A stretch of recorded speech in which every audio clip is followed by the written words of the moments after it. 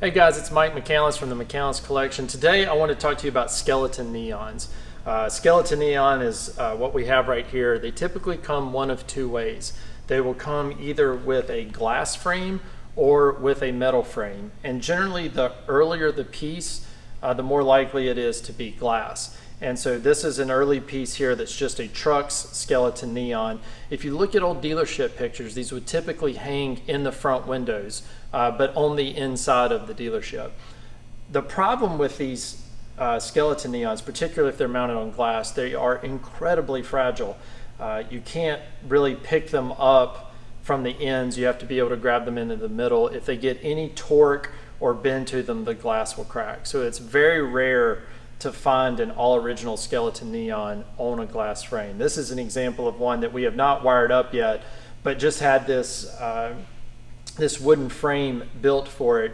And as he'll come up close, you'll be able to see we have mounting stanchions that are right here, which is how you actually mount the skeleton to something. So you use the little stands, you use wires to tie them together. In this case, we're actually using the glass frame that it has to mount it. And this is how neon is mounted even today. You'll see these types of mounts on everything from the signs, or these skeleton neons. The metal frame ones are a lot easier to move around, but still a huge pain. One of my sayings is I absolutely love skeleton neons either once they're at their home, but everything before that is a total pain.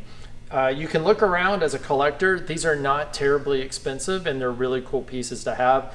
Regardless of brand, whether it's Ford, GM, Mopar, you're typically going to pay on the low end a couple $100 to upwards of, let's say, $2,000 for a skeleton neon, depending on the rarity. And like I said, the glass framed ones will generally be more expensive. The metal frame ones a little bit more common as they were done a little later on.